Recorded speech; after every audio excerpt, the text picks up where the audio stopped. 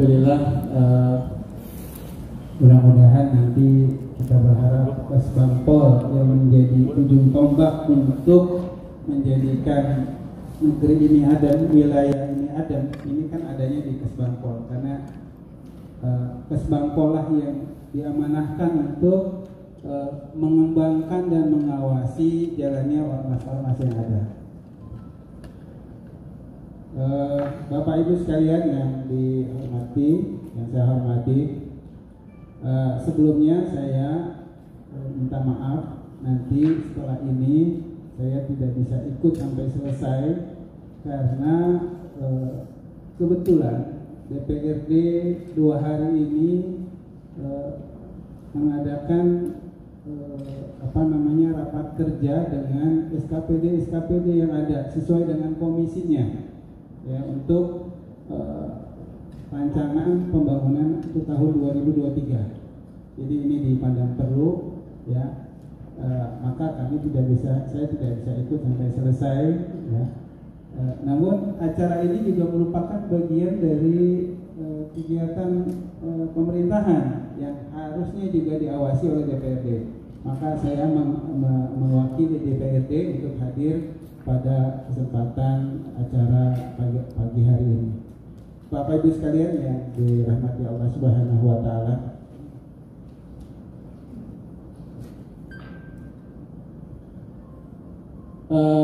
Saya diminta untuk mengisi materi yang berkaitan dengan membangun karakter ormas yang kuat, berkomitmen, permanen dan murni dalam membangun dan menjaga keutuhan NKRI, terutama yang berkaitan dengan peran DPRD Jakarta dalam pembangunan, dalam hal pembangunan yang berkaitan dengan tentunya dengan ormas. Bapak Ibu sekalian yang dirahmati Allah, kita paham bahwa Jakarta ini adalah ibu kota negara dan pusat bisnis yang memiliki tingkat keragaman dan keragaman yang sangat tinggi. Ada berbagai macam suku bangsa yang ada di Jakarta, ya. Ada berbagai macam agama-agama yang ada di Jakarta. Kalau ini tidak terbangun dengan baik, maka ini menjadi hal yang sumber masalah. Oleh karena itu, keragaman ini harus terbangun dengan baik. Dan keragaman ini memang merupakan suatu keniscayaan, ya. Kalau saya merujuk pada firman Allah yang bagi Muslim, ya, dikatakan,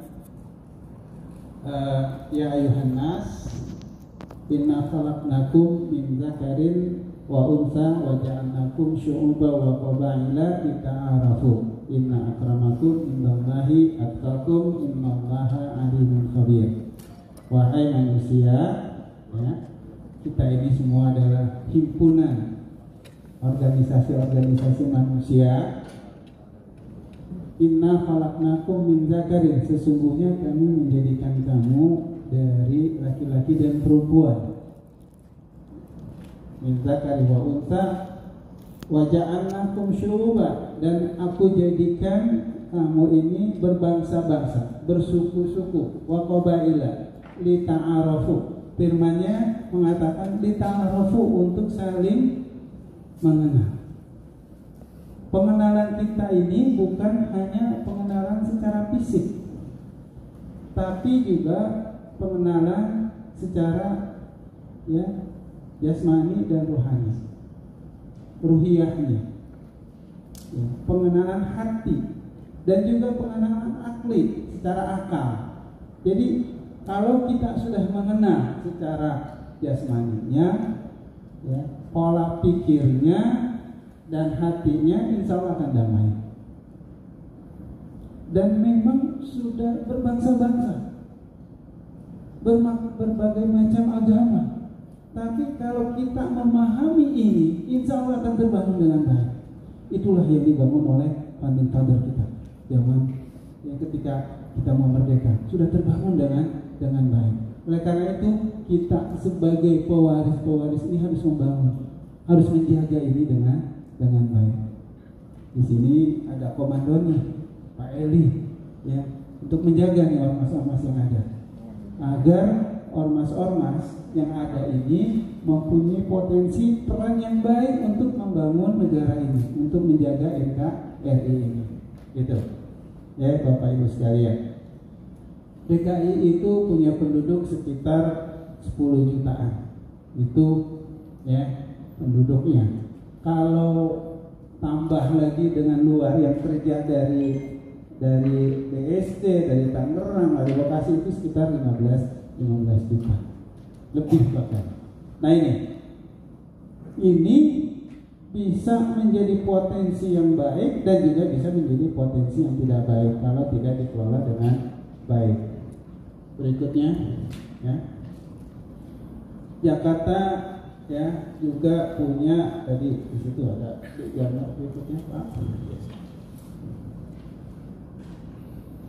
Macam-macam agama yang ada di sini, ya.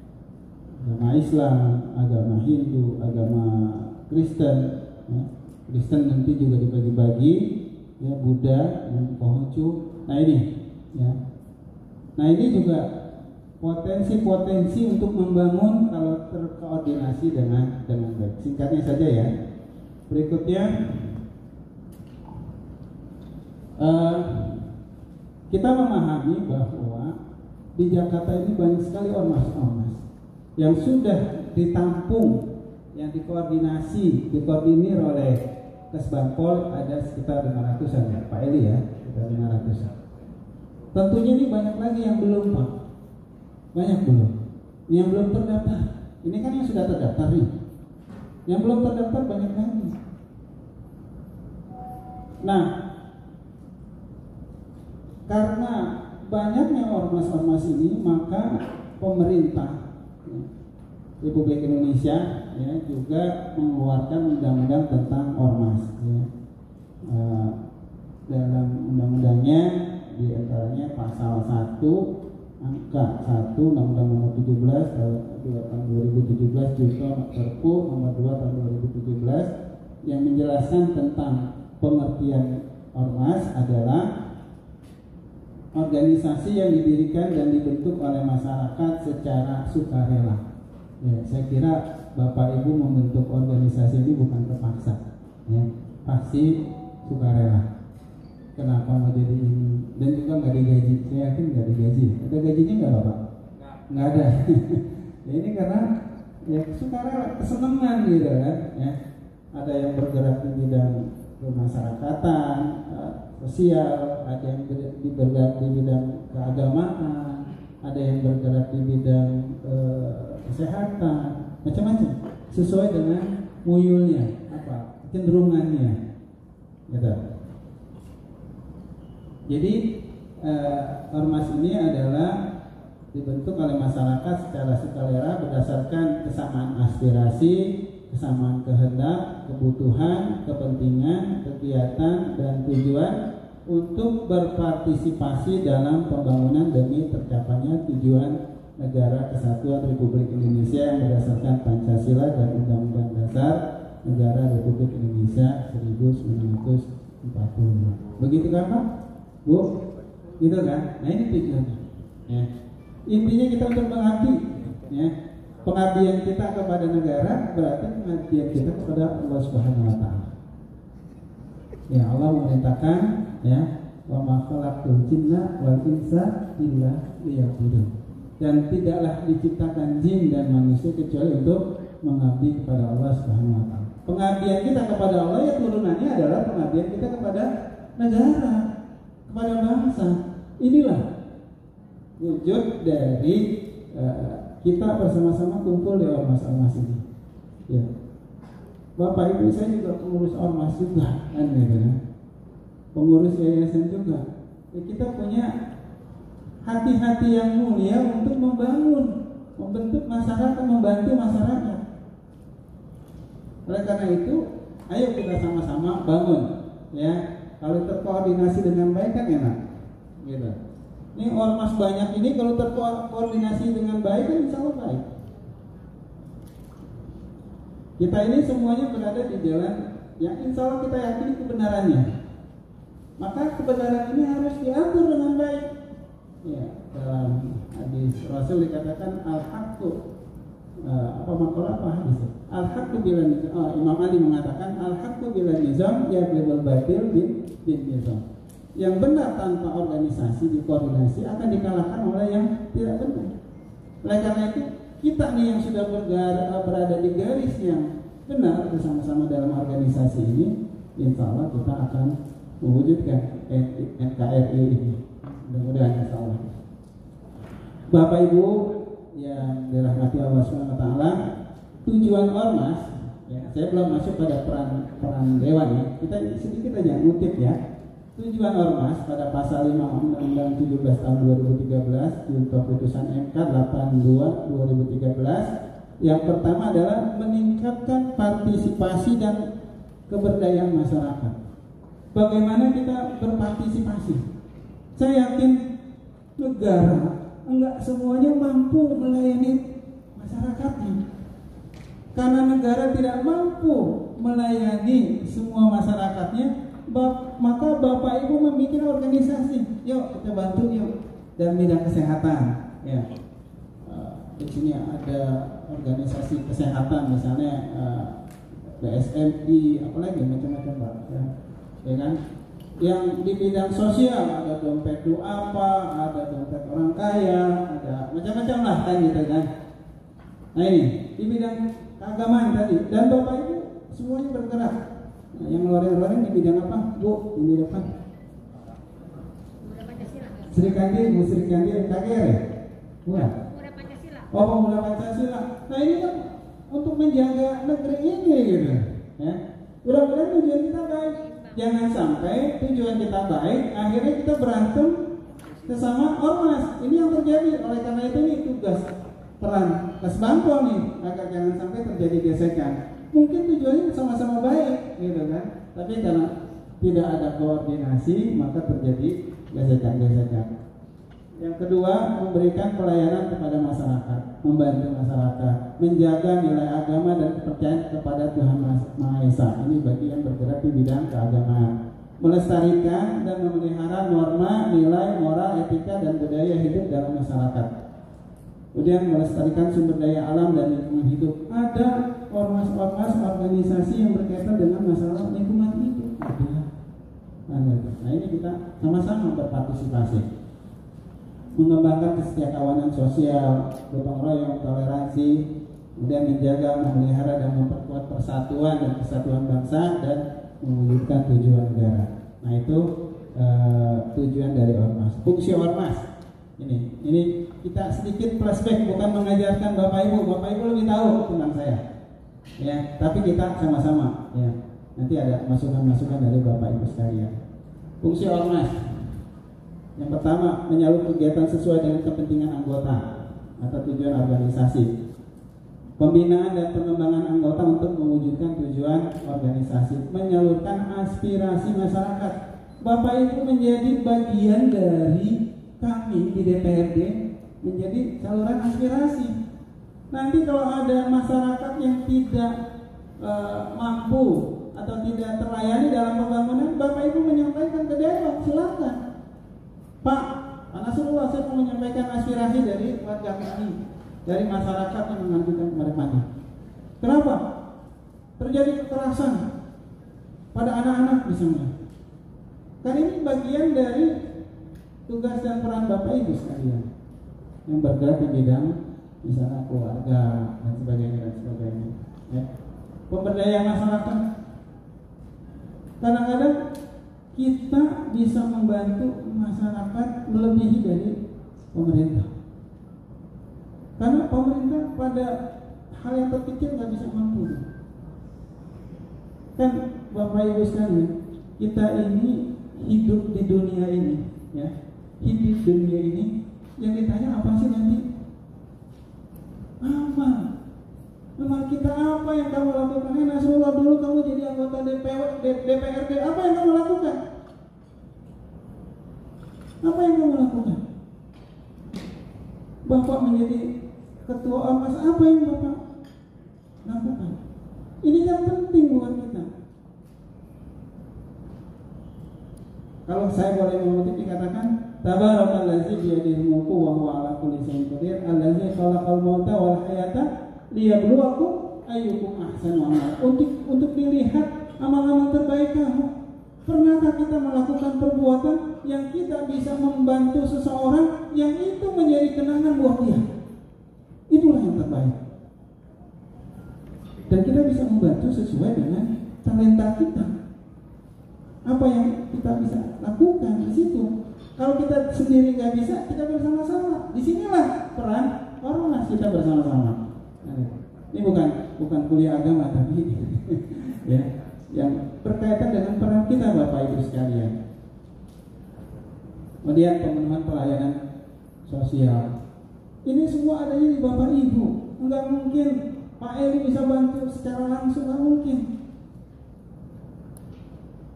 Bapak Ibu punya peran yang baik membantu orang miskin misalnya yang enggak punya kursi roda, diurusin sampai dapat kursi roda. Kira-kira senang sekali nggak orang? Senang sekali, walaupun Bapak Ibu membantu kursi roda. Dia nggak punya akses ke DPRD, Bapak Ibu yang bantu. Bapak Ibu ke DPRD atau ke dinas sosial misalnya. Nah, ini peran Bapak Ibu sekalian. Karena kami di DPRD, Pak Eri yang di Kesbangpol dan teman-teman nggak bisa langsung terjun di ujung ke masyarakat, terbatas waktu kami. Kemudian pemelihara dan pelestari norma-norma nilai-nilai yang ada. Tugas Bapak Ibu lah yang bisa memelihara. Berikan contoh yang terbaik kepada masyarakat dengan tindakan kita. Katanya ketua pengurus umat Islam Indonesia, contohkan, kan harusnya begitu. Nah, kita ini menjadi contoh terhadap peran kita. Jangan kita berbeda dengan posisi dan status kita. Status kita sebagai pimpinan ormas apa, tapi harus contohin dong, gitu. Nah, ini yang harusnya kita sama-sama. Nanti ini semua bersama-sama dikoordinasikan dengan Kesbangpol. Posisi strategis organisasi berikutnya, Pak. Posisi strategis organisasi kemasyarakatan. Ya. Ormas ini punya posisi strategis yang penting. Dia punya kekuatan. Dengan ormas ini, Bapak, kalau semua ormas-ormas yang ada di DKI, di Indonesia bergabung, mau menggoyang pemerintahan, bisa nggak? Bisa. Kalau ormas ini tidak terkelola dengan baik, Pak, ini bahaya. Oleh karena itu ormas ini harus dikelola dengan baik, ya. Dan kita juga menjadi penyumbang yang terbaik, ya. Karena sejarah menunjukkan organisasi kemasyarakatan di Indonesia memiliki peranan penting dalam membangkitkan perlawanan terhadap penjajah. Dulu penjajahan itu justru dari ormas-ormas, ada Pansel macam-macam, ada NU, ada apa macam-macam. Ada Muhammadiyah, ada SI, semua. Nah, ini dari ormas-ormas yang ada. Ormas ini memiliki basis massa potensial. Dia punya basis massa. Gitu. Nah, ini pentingnya terbangun organisasi masyarakat yang baik.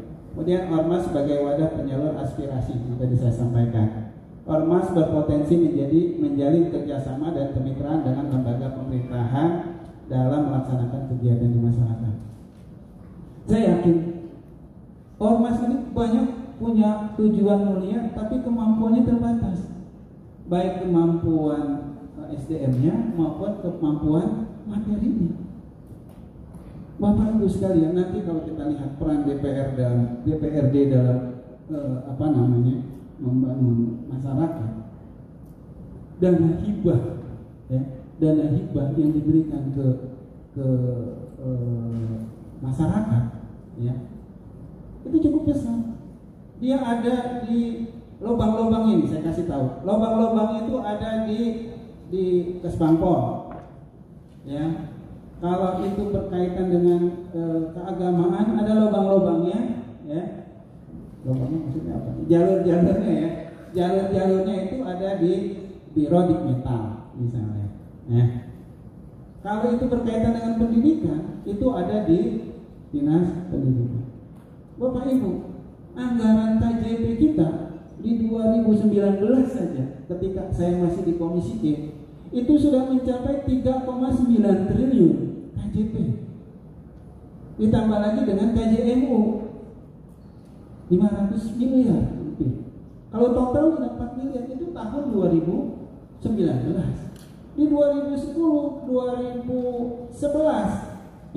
2019, 2020, 2021 ya jadinya. Itu kita ada COVID, tapi anggaran KJP nggak dipotong, tetap itu. Karena apa? Karena pentingnya pendidikan. Mungkin Pak Eli gajinya dipotong, ya, kinerjanya, ya, ditunda. Tapi untuk KJP enggak ada, untuk pendidikan enggak ada. Ini artinya pemerintah kita ini memperhatikan gitu kepentingan pendidikan masyarakat. Dan banyak dana hibah. Tentunya kita di sini bukan mengharap dana hibah, ya, karena juga anggaran juga terbatas, ya, sangat terbatas. Anggaran pembangunan kita DKI ini untuk tahun 2022 ini udah langsung berkembang, ya, nggak di sini lagi. Itu sekitar 2022 ini 84,5 triliun, 84,5 triliun. Sebetulnya kita kemarin sudah mencapai 89 triliun. Ya, karena COVID, ya, terjungkal APBD kita. Jadi 49 kemudian dinaik-naikkan menjadi sekitar 64 triliun. Nah, sekarang baru naik lagi. Mudah-mudahan. Dan APBD DKI Jakarta, ya, termasuk APBD yang menurut saya cukup aman. Karena kita punya hutang kecil sekitar 6 triliun. Ya. Tapi kalau kita lihat APBN, terjungkal. Sekarang terjadi defisit anggaran. APBN kita sekitar 1.800 triliun, yang terjadi defisit anggaran sekitar 800 triliun. Jadi sebetulnya kemampuan APBN kita hanya 1.000 triliun. Ini kalau kita bisa melihat 1.000 triliun. Sedangkan hutang kita sudah mencapai 7.000 triliun. Berat sekali. Berat sekali. Nah, ini yang perlu kita pahami Bapak Ibu sekalian. Kita doakan mudah-mudahan pejabat-pejabat kita nggak pada korup. Amin. Ya, kalau korup berat. Ya, ini yang perlu kita pikirkan. Bapak Ibu sekalian, kemudian Ormas berpotensi menjalin kerjasama kemitraan dengan lembaga pemerintahan dalam melaksanakan kegiatan. Jakarta memiliki 464, ini menurut saya, data saya mungkin udah lebih kali ya. Tadi katanya sekitar 500-an. Ormas yang ada di Kesbangpol di tahun 2020, ini tahun 2020, tahun 2022 ada 500-an kali ya Pak ya, kan gitu. Nah, ini cukup besar menurut saya yang ada di DKI, karena di daerah lain belum tentu banyak ormas. Di DKI banyak. Nah, ini perlu keterlibatan ormas dalam berbagai kegiatan di DKI dalam mewujudkan kolaborasi bersama-sama. Pembinaan, ya, perlu ada pembinaan dulu. Nah, ini tugas Kesbangpol untuk memberikan pembinaan. Berikut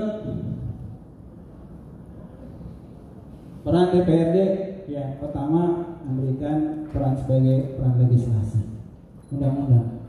Nanti perlu ada undang-undang yang berkaitan. Nanti kalau memang ada perubahan, nanti biasanya ini undang-undangnya atau perdanya ini inisiatif siapa? Apakah inisiatif dari eksekutif, apa inisiatif dari legislatif?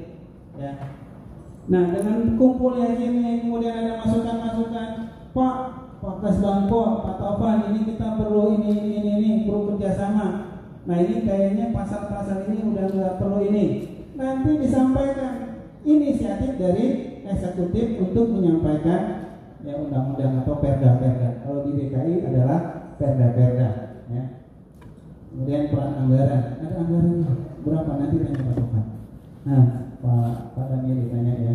Kemudian peran pengawasan. Nah, ini juga dalam rangka bentuk pengawasan. Optimalisasi fungsi legislasi DPRD, ya, melahirkan inisiatif berbagai peraturan daerah untuk menciptakan stabilitas sosial, kerukunan masyarakat, dan mengembangkan potensi budaya masyarakat. Misalnya penajaman visi dan misi gubernur yang dituangkan dalam Perda nomor 1 tahun 2018. Ini tertuang dalam RPJMD, ya, RPJMD untuk mendukung terwujudnya Jakarta sebagai simpul kemajuan Indonesia yang bercirikan keadilan, kebangsaan, dan kebinekaan. Itu RPJMD kita. Kemudian strategi kebijakan untuk mewujudkan stabilitas sosial dan menekankan potensi konflik di antara kelompok masyarakat. Bapak Ibu, kita walaupun bulan puasa kadang-kadang miris juga ya. Terjadi perkali tawuran. Ya habis sahur tawuran. Ngapain? Bingung kita. Nah ini peran-peran kita nih Bapak Ibu. Ya, bagaimana supaya tidak terjadi tawuran misalnya, konflik masyarakat misalnya. Kemudian revisi Pergub nomor 1 tahun 2014 tentang rencana detail tata ruang peraturan zonasi terkait dengan peruntukan zonasi. Ya, terima kasih. Memang kalau udah ngomong susah nih. Ya. Kemudian Perda nomor 4 tahun 2015 tentang pelestarian budaya Betawi misalnya. Bagaimana DKI untuk melestarikan budaya Betawi walaupun orang-orangnya udah pada nggak ada. Ya, atau orang-orangnya sudah Indonesiana, ya. Saya tanya Bu Bena, ya, dia ibunya dari Betawi, bapaknya dari ini dari ini. Wah, itu semua suku tuh Bu, iya Indonesiana, kan gitu. Karena memang kenapa? Karena memang sekarang sudah zaman terbuka, tapi kebudayaan nggak boleh hilang. Kebudayaan nggak boleh hilang, karena itu adalah sejarah. Gitu. Nah ini maka diwujudkan yang namanya Perda nomor 4 tahun 2015. Kemudian Perda tentang kepemudaan nomor 2 tahun 2016 dan berbagai macam perda-perda yang ada. Nanti Bapak bisa lihat, Bapak Ibu bisa lihat di itu. Ya. Kemudian optimalisasi fungsi anggaran, ya, memperjuangkan anggaran yang mendukung bagi terciptanya stabilitas sosial dan kerukunan. Kalau ini memang dipandang perlu, maka dikeluarkanlah, ajukanlah. Misalnya KUB, misalnya kan ada anggarannya, ya, dan yang lain-lain. Memperjuangkan bantuan untuk pembinaan spiritual dan budaya masyarakat, meningkatkan bantuan sosial untuk rumah ibadah, lembaga pendidikan, keagamaan, lembaga sosial, bantuan pelestarian pengembangan budaya dan pengembangan potensi kebudayaan. Terakhir Mbak, ya, 1 menit lagi, mudah-mudahan. Strategi memberdayakan ormas dalam pembangunan daerah. Ya, ini harus ada strateginya. Yang pertama adalah pemberdayaan ormas harus dilakukan atas dasar menghormati dan mempertimbangkan aspek sejarah, karena sejarah ini penting. Kita harus menghormati ormas itu sendiri, ya, dan rekam jejaknya dan integritas ormas dalam kehidupan bermasyarakat. Kalau itu memang ormas yang baik, kenapa nggak dibantu misalnya, atau nggak dikembangkan? Yang kedua, memberikan dukungan kebijakan. Nah, adanya dukungan kebijakan baik dalam bentuk regulasi, anggaran, peningkatan kapasitas, ya, ataupun isi tas kali ya. Kan gitu. Yang ketiga, menciptakan keserasian dengan memberikan kesempatan pada masyarakat ormas LSM untuk mengembangkan sumber daya. Kasih kesempatan, gitu. Dan kemampuan khas, keahlian yang dimiliki. Nanti kegiatan-kegiatan misalnya Lebaran Betawi misalnya, kasih ormas aja, jangan kita yang melaksanakan, karena memang dia sudah lebih memahami, gitu. Jadi ada kesempatan-kesempatan. Memberikan pelatihan ormas terhadap pemahaman kebangsaan dan rencana pembangunan daerah.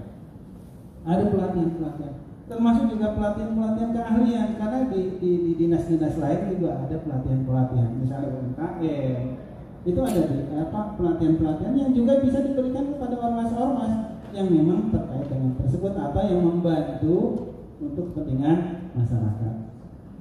Dan yang terakhir, memfasilitasi ormas dalam mengembangkan berbagai kegiatan dalam rangka kolaborasi, terutama dalam membangun komunikasi antar kelompok dan umat beragama. Ya. Jadi ada fasilitas ya untuk mengembangkan berbagai macam kegiatan, ya, terutama untuk membangun kolaborasi. Nah, inti utamanya kolaborasi, karena ini akan menciptakan, ya kan tadi yang syu'uba wa qabaila lita'aruf, ya, agar kita saling kenal mengenal. Gimana caranya? Ya, pertemuan ini ada kesempatan, ya, nanti berikan kesempatan bagaimana keinginan-keinginan, harapan-harapan, ya, sehingga terbangun ya ormas-ormas yang banyak ini terbangun dengan baik. Kalau enggak, ini ya jadi sumber malapetaka juga kan gitu. Saya kira ini mungkin ya karena ya waktunya sudah habis. Saya minta izin ya Pak ya. Nanti ada 2 pertanyaan ya. Oke. Saya kira ini, terima kasih. Assalamualaikum warahmatullahi wabarakatuh. Waalaikumsalam warahmatullahi wabarakatuh. Baik, saya langsung saja beri kesempatan untuk 2 penanya terlebih dahulu, 1 pria, 1 wanita. Karena di belakang sudah ada Pak Taufan juga sudah hadir, jadi 2 penanya ya. Baik, yang hijau berdiri langsung, sebutkan nama dan pertanyaan singkat.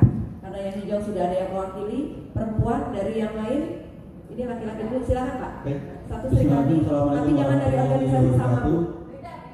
Siap. Baik, Ustaz Nasrullah, langsung saja. Tadi dikatakan tentang DKI. Setuju atau tidak setuju sekarang sudah ada undang-undang IKN. Bagaimanapun ibu kota ditetapkan, suatu saat DKI dicabut. Ini bayangan saya nih saja. Nah ini kira-kira persiapan apa dari anggota dewan atau dari pemuda ketika DKI dicabut, bukan daerah ibu kota lagi, provinsi biasa gitu. Kira-kira persiapannya apa? Mau jadiin apa kota kita ini gitu ya? Yang pertama. Yang kedua, ketika daerah khusus ibu kota dicabut, perkiraan saya ada beberapa hal yang hilang. Padahal keberagaman, keragaman, jumlah penduduk nggak berubah. Ini akan menjadi suatu kompleksitas yang semakin krusial menurut saya. Nah, oleh sebab itu kira-kira peran kita sebagai ormas, kesiapannya bagaimana? Karena perkiraan saya ini beberapa tahun ke depan kita akan menghadapi ini. Demikian, terima kasih. Assalamualaikum warahmatullahi wabarakatuh. Ya, lanjut penanya berikutnya, berdiri langsung, sebutkan nama dan tadi Bapak siapa namanya Pak? Bapak tadi siapa namanya? Bu Nadi, siap. Lanjut Ibu. Baik, terima kasih. Assalamualaikum warahmatullahi wabarakatuh. Sebelumnya saya perkenalkan dulu, nama saya Syuaibatul Aslamia dari Wanita Perti DKI. Dalam hal ini sebelumnya saya sangat hormat dengan Pak Nas. Beliau adalah guru saya waktu di Al-Falah. Assalamualaikum Pak Nas ya. Alhamdulillah akhirnya bisa jumpa di sini ya. Baik, saya langsung saja ke pertanyaan saya sesuai dengan tema tadi, bagaimana membangun kiat-kiat daripada keberagaman itu sendiri. Jujur dari Wanita Perti sendiri ini aja saya kan baru mengawali ya. Bagaimana kiat-kiat yang bisa kita lakukan agar organisasi kita ini benar-benar eksis, benar-benar bisa berjalan dan bisa berkolaborasi dengan ormas-ormas yang lainnya. Itu pertanyaan saya yang pertama. Yang kedua adalah berkaitan dengan dana hibah tadi. Dana hibah ini buat saya masih sangat awam sekali. Ketika saya mau mencoba mengajukan bantuan yang berkaitan dengan, kebetulan kami di Tribakti kami adalah dakwah, pendidikan dan sosial di Wanita Perti. Kemudian kami mau mencoba dana hibah ini untuk kegiatan di bidang dakwah gitu. Nah ini disalurkannya kemana gitu. Kemarin kami membuat proposal pun juga di bidang pendidikan pun masih mentah, masih belum bisa kami salurkan. Dan kami mohon pencerahannya, arahannya untuk dana-dana hibah ini disesuaikan kemana arah untuk proposal yang kami ajukan nanti setelah dari Kesbangpol. Mungkin barangkali itu saja yang bisa kami pertanyakan, mudah-mudahan bisa ada jawabannya. Baik, terima kasih. Wabillahi taufiq wal hidayah. Wassalamualaikum warahmatullahi wabarakatuh. Waalaikumsalam warahmatullahi wabarakatuh. Langsung aja ya. Yang pertama dari PUI Pak Gunadi ya. Masalah IKN, Ibu Kota Nusantara ya, ini memang kebijakannya adalah kebijakan pusat ya. Jadi harusnya kita nanyanya ke pusat ya. Kenapa dicabut, dipindahkan di sana kan gitu kan? Ada nggak kajian akademisnya? Bagaimana kajian akademisnya kan gitu? Nah ini kan juga banyak pertanyaan-pertanyaan yang nggak selesai kan gitu. Ya nanti kita tanya aja ya ke pusat kan gitu kan. Karena kalau saya jawab nanti melangkahi anggota dewan saya yang ada di pusat kan gitu. Ya kalau sekedar maksud saya DKI suatu saat akan iya, ini yang kedua. Oke. Karena DKI akan dipindahkan karena sudah ada undang-undangnya dan itu juga bisa dicabut juga dengan Perpu juga kan bisa kan gitu. Ya, apakah memungkinkan? Apakah nanti presiden yang berikutnya bisa mengeluarkan Perpu kan bisa aja kan terjadi kan gitu kan? Melihat kondisi-kondisi yang tidak memungkinkan gitu ya. Tapi yang jelas gini ya, kita sebagai ormas ini bisa menenangkan masyarakat ya. Kalau memang itu sudah ditentukan ya di alam sana ya, ditentukan oleh Allah dari sana ya udah kan gitu. Tapi kan harus ada pertimbangan-pertimbangan ya. Kita bisa memberikan masukan-masukan ya, masukan misalnya pemindahan ibu kota ditinjau dari beberapa negara-negara yang sudah melakukan pemindahan ibu kota ya. Ada yang berhasil, ada yang tidak berhasil. Kalau kira-kira sudah tidak berhasil mengeluarkan biaya besar, kenapa tetap dilaksanakan kan gitu. Kalau memang kira-kira berhasil ya silakan laksanakan kan gitu. Makanya kajian akademisnya harus terbuka. Kalau kajian akademisnya terbuka semua dan masyarakat juga di sana juga bisa memberikan masukan. Nah ini clear buat kita. Ini kan kemarin masalahnya seperti itu. Ya, ini kita bicara masalah politik susah juga sih kan gitu. Ya. Saya dari PKS. Terus terang PKS menolak. Kan gitu. Karena nggak ada kajiannya nggak jelas. Gitu. Kajiannya nggak jelas ngapain. Itu di daerah tertentu yang kosong, yang bawahnya gambut, ya atas panas, nggak ada air, susah air. Makanya dibawa air dan tanah dari masing-masing wilayah untuk menyatukan. Apakah cukup? Kan gitu. Ini masalah politis, ya. Gitu. Sekali lagi nanti akan menjadi bahan pertimbangan. Gitu, masalah pemindahan. Karena apakah layak suatu daerah itu bisa ditempatkan penduduk? Itu sudah beratus-ratus tahun di situ nggak ada penduduknya. Biasanya kan orang tinggal kalau ada air, sudah ada penduduk, ini nggak ada sama sekali.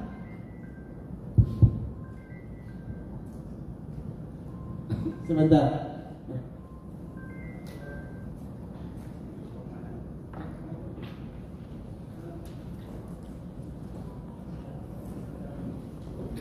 Jadi gitu, ya. Nah, bagaimana kalau Pak Gun, kalau dipindahkan, ya, apa yang persiapan? Kami di DPRD sedang membahas tentang pansus, ya, tentang persiapan pemindahan ibu kota. Karena walau bagaimanapun, ya, DPRD harus mempersiapkan kalau memang benar-benar pindah. Apa yang harus dilakukan? Ini lagi sedang kita bahas pansusnya, ya. Jadi gitu. Ya, apakah status DKI ini sebagai apa?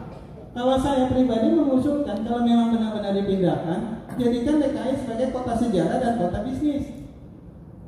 Sejarah karena punya sejarah sendiri. Proklamasi adanya di mana? Apakah dihilangkan? Dia tetap menjadi daerah khusus karena dia proklamasi adanya di sini, budaya adanya di sini. Bisnis memang pusat kegiatan bisnis, gitu. Jangan hanya bisnis saja. Aspek sejarah jangan ditinggalkan. Gitu. Nah, Saya pribadi mengusulkan seperti itu. Nanti bagaimana kita untuk membuatnya? Pemda DKI ya melalui Badan Pemenang BPD ya sudah membuat RPJMD untuk tahun 2023 sampai 2026. Kenapa nggak sampai 2004? Karena kan pemilihannya 2024 ada selang gitu ya. Nanti kalau ada perpanjangan pemilihan kan gitu. Jadi sampai 2026. Nah ini diamanahkan oleh Mendagri kepada DPRD dan kepada Pak Gubernur. Seperti itu Pak. Wujudnya apa? Ini sedang dalam pembahasan. Transformasinya apa? Ya baik-baik aja lah. Ya tetap lakukan tugas, fungsi dan perannya sesuai dengan yang ada. Kita sama-sama tetap membangun DKI ini dengan baik. Insya Allah DKI dengan kepindahan itu nggak akan berpengaruh karena pusat bisnis punya pusat dan proses pemindahannya juga nggak cepat, lama ya.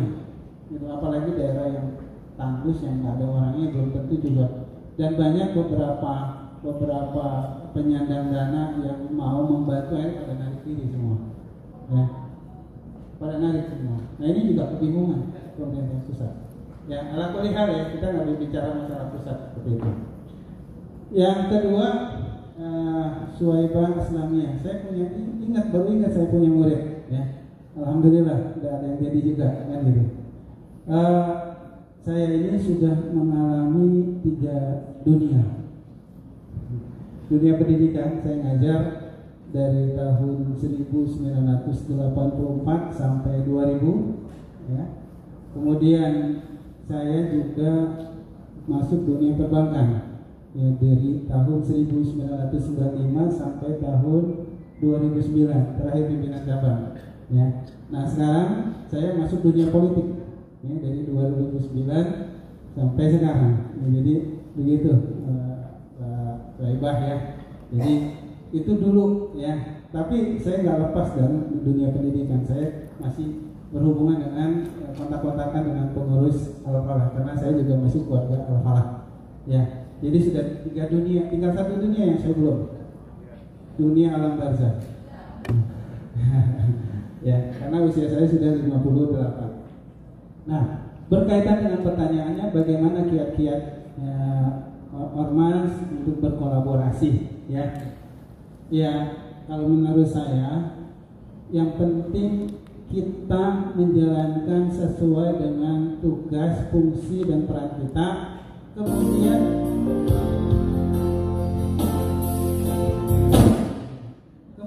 membangun komunikasi ya, udah seringan komunikasi Bapak Ibu, komunikasi ya, kemudian kasih ya.